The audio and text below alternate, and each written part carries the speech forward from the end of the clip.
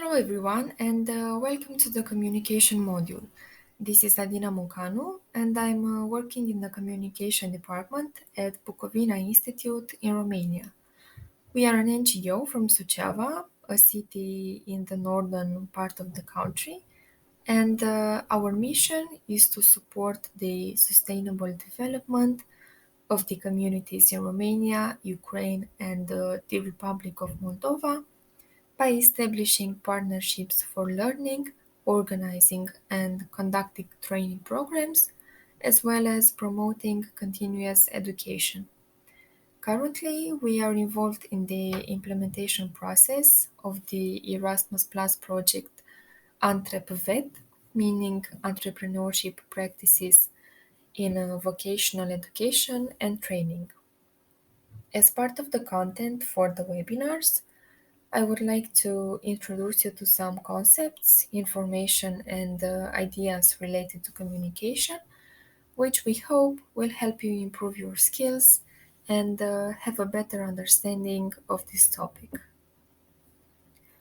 First, it would be important to talk a little bit about what is communication and how many types exist out there.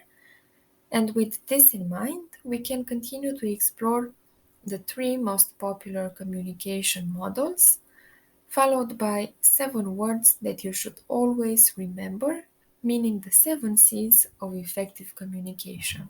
Lastly, we are finishing up this module with a series of fun or interesting facts to know about the implications of communication in people's personal and professional lives. So, let's start with the basis. And we can start by saying that communication is a major part in our everyday lives, and as its Latin origins show us, in simple words, it means to share. But what exactly do we share? A conversation between two or more people usually starts with expressing our thoughts on something. What our first impression is when we hear about that thing, for example, or if we have experienced it before. Next, depending on who the receiver of our message is and how comfortable we are, we might tend to talk about how that makes us feel, considering the fact that we have a certain emotional reaction to almost anything that we know. And to make a good conversation and engage, it's important to come up with your own ideas and concepts related to the subject, and in the end, share anything else that you would like to say. Anthony Robbins, who is a well known motivational speaker, thinks that to effectively communicate, we must realize that we are all different in the way we perceive the world and use this understanding as a guide to our communication with others. And this is one of the first things that we should have in mind when we wish to say something, that the way we understand a certain thing and how it makes us feel might be totally different from another person's point of view who's been through other life experiences. On a more technical part, now we are ready to divide the elements of a conversation, starting with a simple basis and continuing later on with a series of more developed models. Briefly, each communication situation needs to have a sender, also called the source, the person who possesses some kind of information he or she wants to share, and this is the message or the content. Additional information can be conveyed using body language. On the other end of the line, the message gets to the receiver, who must be able to decode the message and understand it. This transfer of information is made using a medium, which can be a text, a phone call, image, document, email, and many more. And in order to really call it a conversation, you also need a response from the individual who received the message, meaning the feedback. This is the final point where we know that the data we've sent has been successfully transmitted and understood. We are now going to part 2 of the presentation, which is about different types of communication. And we start with verbal communication. It occurs when two or more people are speaking face to face or over the phone, Skype or Zoom, for example, and even if the words are really important, they can be separated from non-verbal communication. According to the Mirabian rule, 55% is about the body language, 38% about the tone of voice, and only 7% represent what is actually said. We choose to communicate in a certain manner, depending on the context, and for example, it's better to keep a more formal approach when you're at a conference or important meeting and save the informal conversations for chatting with a friend or colleague over coffee. Next, we got nonverbal communication, which reflects in our facial expressions, gestures, and even the way we look. Anything about these aspects says something about who we are or how we feel.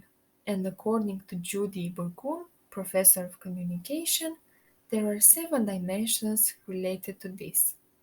Kinesics, or body movements, including facial expressions and eye contact. Vocalics, or paralanguage, that includes volume, rate, pitch, and timbre.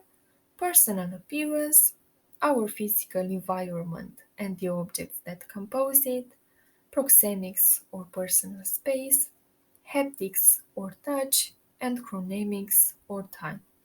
Visual communication, the third type, can be tricky for some because the way we perceive and interpret the meaning of a sign, photo, or drawing might differ from how others do it. It's really important to choose the right elements, such as icons and data visualizations, in order to create value for the audience. But written communication, on the other hand, is the most common form of business communication and involves any type of interaction that makes use of the written word. And once we've got this clear, it's time to explore the most popular communication models. And we're starting off with the one proposed by Claude Shannon and Warren Weaver in 1948. Shannon worked as a mathematician and Weaver as a scientist, both for the Bell telephone lamps in the United States.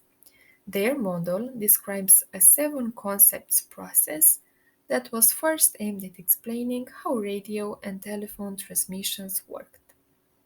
Nowadays, this mathematical theory of communication describes how a message is sent and received between a sender and a receiver.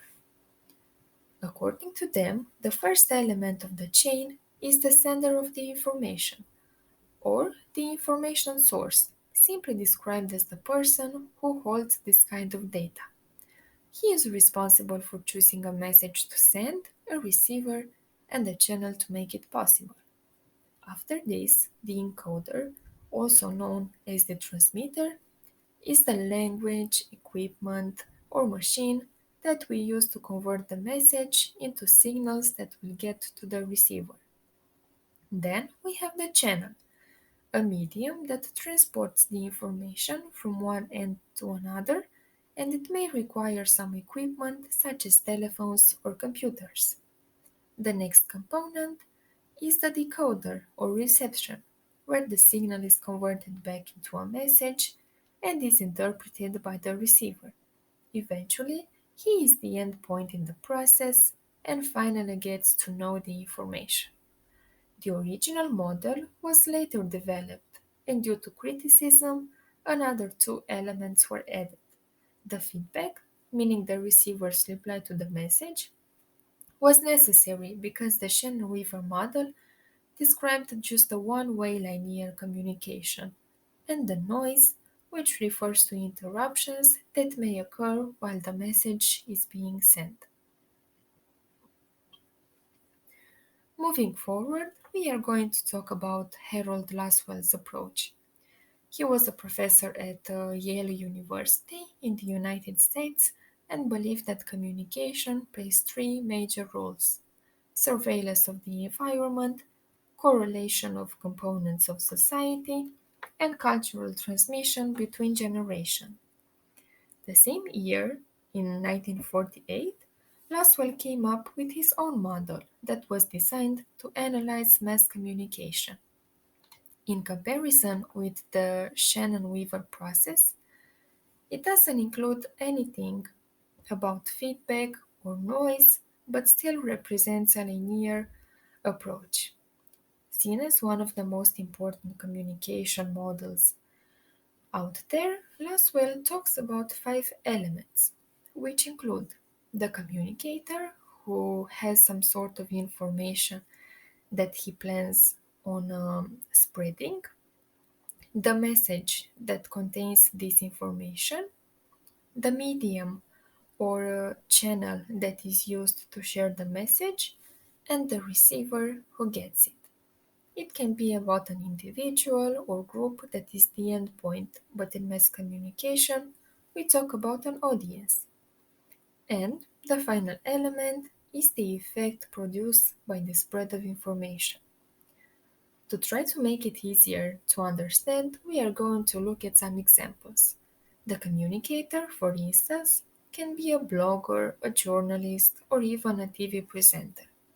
His or her message can take the form of a personal speech, an explanation, or mass media news and articles.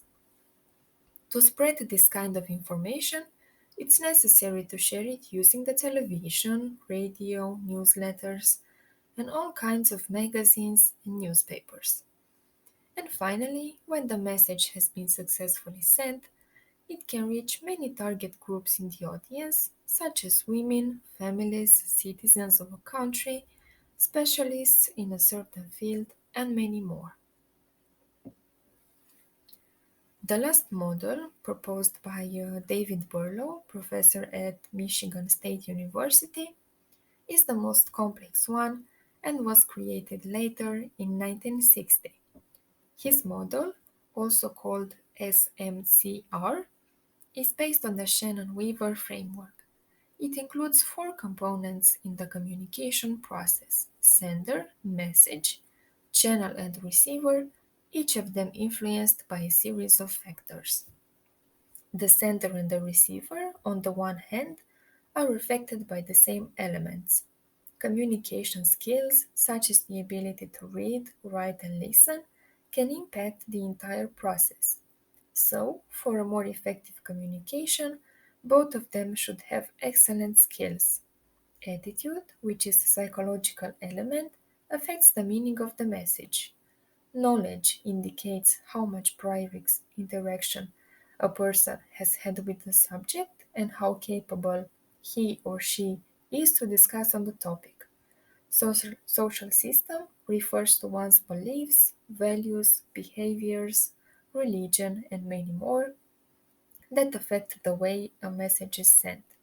In the end, we got culture, which shows us that the meaning of a message might be similar if the sender and the receiver come from identical social backgrounds. On the other hand, the message is influenced by the type of content we are talking about. Elements linked to nonverbal communication, the treatment, meaning the way in which the message is conveyed to the audience, the structure is in alignment or positioning of the information encoded, such as text, audio, video, and many more. The third element is the channel or the medium used to send the message. Here, the communication flow might be affected by the distinctive characteristics of hearing, seeing, touching, smelling, and tasting. Today, Berlow's model is used in communication sciences, but it was long criticized for the lack of feedback, the absence of noise, and the fact that, according to him, an efficient communication can only take place if both people are on the same level. We are ending part 3 with a more practical approach, providing you with a list of 6 tips that can help you as an entrepreneur to avoid communication failures in your business. Keep it clear, listen actively, encourage two-way communication, make sure to communicate everything on time, take responsibility for your actions, and take into consideration your customers' needs. The last theoretical part of the presentation is a sum up of the 7 C's of effective communication, meaning 7 words that you should always keep in mind. The first one is considered. The sender should take into consideration the receiver's emotions, education, culture, and background. Courteous means that it's important to approach the audience in a friendly and courteous manner, be honest, and refrain from prejudice. Clear means short and simple sentences, emphasize one topic at a time, do not use jargon, elaborate if necessary. Concrete, the communication should be concrete, supported with facts, not to let misinterpretation and confusion intervene. Correct, you must ensure that there are no grammatical and spelling mistakes and that your sources are reliable. Concise, the message should be precise and to the point. Do not use a lot of words. Give the most important details.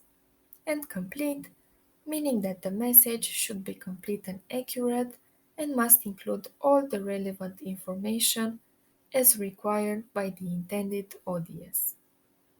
Other C's that can be taken into consideration according to your context are credible, creative, and coherent. Now, for the final part, we have divided some interesting facts about communication into parts. According to an article from Entrepreneur.com, research shows that 26% of people feel pressure to respond to work communication outside of work hours, and the same percent believes that email is a major productivity killer. And even more concerning, 46% of employees rarely or never leave a meeting knowing what they are supposed to do next.